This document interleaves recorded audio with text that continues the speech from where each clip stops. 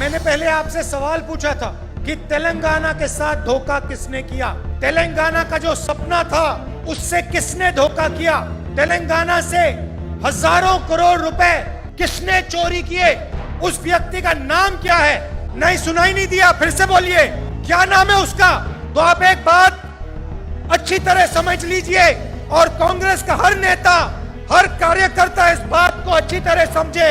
जिस व्यक्ति ने तेलंगाना के साथ धोखा किया है, जिस व्यक्ति ने तेलंगाना से चोरी की है, जिस व्यक्ति ने तेलंगाना के सपने को नष्ट किया है, उसके साथ कांग्रेस पार्टी का कोई समझौता नहीं होगा।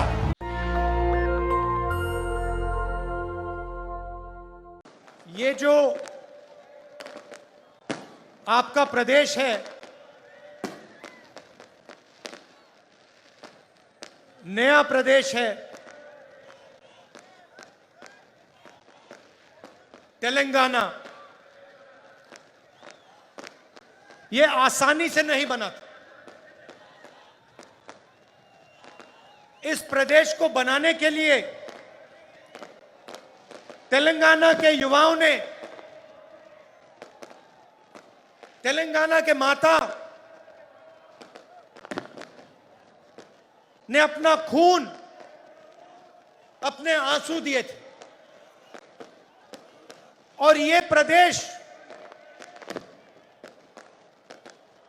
किसी एक व्यक्ति के लिए नहीं बना था, ये एक सपना था, तेलंगाना के जनता का सपना था।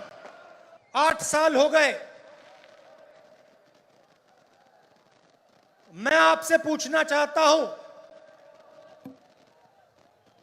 तेलंगाना का जो सपना था, प्रगति का सपना,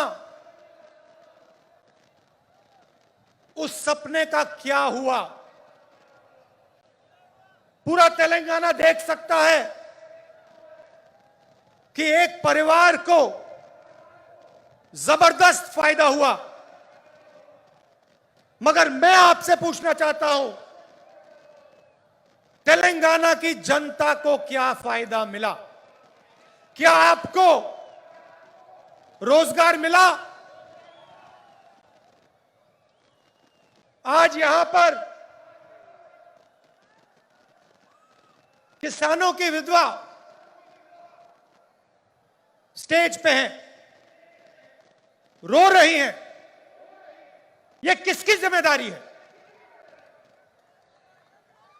और ये अकेली नहीं है, ऐसी तेलंगाना में हजारों बहनें हैं जिनके पति ने आत्महत्या की। किसकी जिम्मेदारी है? सपने को पूरा करने के लिए आपने अपना खून, अपने आंसू दिए, आप लड़े, मगर हम भी आपके साथ खड़े थे। कांग्रेस पार्टी ने भी आपके साथ ये लड़ाई लड़ी और अंत में कांग्रेस पार्टी ने और सोनिया गांधी जी ने यह काम पूरा करके तेलंगाना की जनता को दिया। और भाई और बहनों, आप ये मत भूलिए, यह काम कांग्रेस पार्टी के लिए आसान नहीं था। कांग्रेस पार्टी को नुकसान हुआ, हमें मालूम था कि हमें नुकसान होने जा रहा है, मगर हम तेलंगाना की जनता के साथ खड़े हुए और हमने मिलकर, आपके साथ मिलकर आपको नया प्रदेश दिया। आपने सोचा था कि तेलंगाना की जनता की सरकार बनेगी, किसानों की सरकार बनेगी, मजदूरों की सरकार बनेगी, गरीबों की सरकार बनेगी। पता लगा जनता की सरकार नहीं बनी। आज तेलंगाना में कहा जाता है कि चीफ मिनिस्टर है, मगर ये चीफ मिनिस्टर नहीं है, ये राजा हैं। राजा और मुख्यमंत्री में क्या फर्क होता है? मुख्यमंत्री जनता की आवाज को सुनता है, राजा जनता की आवाज को नहीं सुनता है। राजा जो करना चाहता है वो कर डालता है। मुख्यमंत्री लोकतंत्र में भरोसा करता है। मुख्यमंत्री जनता की बात सुनकर निर्णय लेता है। राजा को लोकतंत्र से कुछ लेना देना नहीं। जो राजा के दिल में आता है वो राजा कर देता है। यह फर्क है। छत्तीसगढ़ में हमारी सरकार है। चुनाव के समय हमने 2 वायदे किए थे, बड़े वायदे किए थे। पहला वायदा कि छत्तीसगढ़ के किसानों का हम कर्जा माफ करके दिखा देंगे, और दूसरा वायदा पैडी को हम 2,500 रुपए में खरीदेंगे। किसानों ने हमें कहा कि हमें कर्जा माफी की जरूरत है और हमें 2,500 रुपए आप दीजिए। हमने उनकी आवाज सुनी और आज आप जाइए, छत्तीसगढ़ जाइए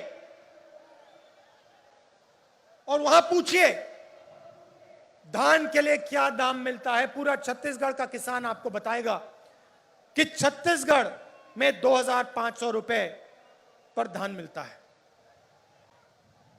आज आपके जो चीफ मिनिस्टर हैं किसानों की आवाज नहीं सुन रहे हैं। 2-3 बड़े उद्योगपतियों की आवाज सुनते हैं, उनके लिए काम करते हैं, मगर किसानों की आवाज नहीं सुनते हैं। और जो छत्तीसगढ़ के किसान ने कहा था वही तेलंगाना का किसान कह रहा है। तेलंगाना का किसान कह रहा है कि मिर्ची के लिए, धान के लिए हमें सही दाम चाहिए और हमारा कर्जा माफ होना चाहिए। तेलंगाना के किसी भी किसान को घबराने की जरूरत नहीं है। जैसे ही कांग्रेस पार्टी की यहां सरकार बनेगी वैसे 2 लाख रुपए का कर्जा माफ होगा और आपको सही एमएसपी मिलनी शुरू हो जाएगी। आपको ज्यादा समय रुकने की जरूरत नहीं है। आप घबराइए मत, डरिए मत। यह काम कुछ ही महीने में कांग्रेस पार्टी करके आपको दे देगी। ये खोखले शब्द नहीं है, ये तेलंगाना के सपने को पूरे करने का पहला कदम है। किसानों की मदद, किसानों की रक्षा के बिना तेलंगाना का सपना पूरा नहीं हो सकता है। अभी हमने वरंगल डिक्लेरेशन किया और उसमें हमने तेलंगाना के किसानों से वायदे किए। मैंने कर्जा माफी की बात की, एमएसपी की बात की, 15,000 रुपए प्रति एकड़ डायरेक्ट बेनिफिट हम किसानों को देने जा रहे हैं। और रेवंत जी ने पूरा डिक्लेरेशन पढ़ा। यह सिर्फ एक डिक्लेरेशन नहीं है, यह किसानों के लिए कांग्रेस पार्टी की गारंटी है। तेलंगाना के हर किसान को यह डिक्लेरेशन पढ़ना चाहिए। और जब आप इस डिक्लेरेशन को पढ़ेंगे आप यह बात याद रखिए कि इस डिक्लेरेशन का हर शब्द कांग्रेस पार्टी की गारंटी है। और यह हम इसलिए कर रहे हैं क्योंकि हम जानते हैं कि अगर किसान कमजोर रहेगा तो तेलंगाना का सपना पूरा कभी नहीं हो सकता है, क्योंकि किसान ही इस प्रदेश की नींव है, फाउंडेशन है। मैंने पहले आपसे सवाल पूछा था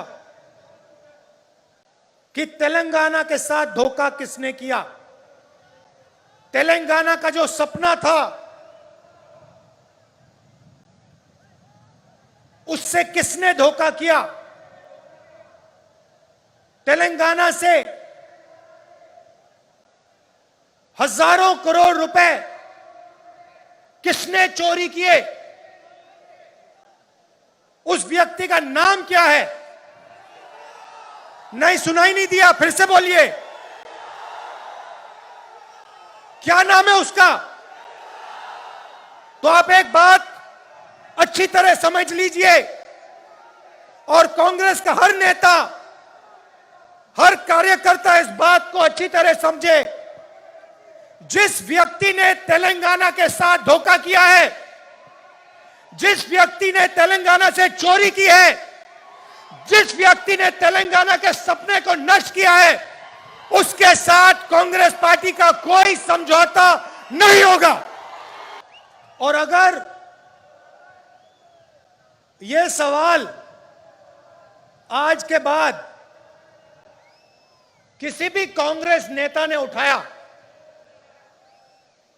उसको हम कांग्रेस पार्टी से बाहर कर देंगे,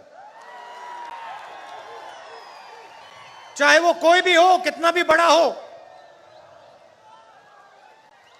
उसको हम पार्टी से बाहर कर देंगे। आप अगर किसी भी कांग्रेस पार्टी के नेता को टीआरएस से समझौता करना है तो या वो टीआरएस में चला जाए या फिर बीजेपी में चला जाए। हमें उस व्यक्ति की कोई जरूरत नहीं है। हम यहां, हमारी विचारधारा की लड़ाई है, हम राजा से समझौता नहीं करेंगे।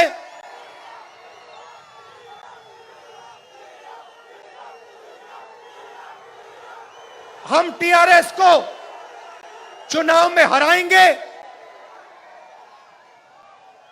टीआरएस को चुनाव में हराएंगे और सीधी कांग्रेस पार्टी और टीआरएस की लड़ाई होगी। और एक बात और याद रखिए, जिस व्यक्ति ने तेलंगाना के सपने को नष्ट किया और तेलंगाना के किसानों से, मजदूरों से, युवाओं से लाखों करोड़ रुपए चोरी किए, उसको हम माफ नहीं करने वाले हैं। और चुनाव के समय जब टिकट का सवाल उठेगा, और ये सब नेताओं को अच्छी तरह बात सुननी चाहिए, जब चुनाव के समय टिकट की बात उठेगी तो जिस व्यक्ति ने जनता की लड़ाई लड़ी होगी उसी को मेरिट बेसिस पे टिकट मिलेगा। चाहे आप कितने भी बड़े हो, आप कोई भी हो, अगर आप किसानों के साथ नहीं खड़े थे, अगर आप गरीबों के साथ नहीं खड़े थे, तो आपको कांग्रेस पार्टी का टिकट नहीं मिलने वाला है। मैंने पहले कहा था कि जो भी व्यक्ति कहता है कि टीआरएस के साथ समझौता होना चाहता है, उसे या बीजेपी में या टीआरएस में चला जाना चाहिए, क्योंकि समझौता अगर है तो बीजेपी और टीआरएस का समझौता है। आप याद रखिए, जब नरेंद्र मोदी जी ने 3 काले कानून पार्लियामेंट में पास किए थे, तो टीआरएस के नेता क्या कह रहे थे? बीजेपी जानती है कि वो तेलंगाना को डायरेक्टली रूल नहीं कर सकते। वो जानते हैं कि तेलंगाना में उन्हें रिमोट कंट्रोल की जरूरत है।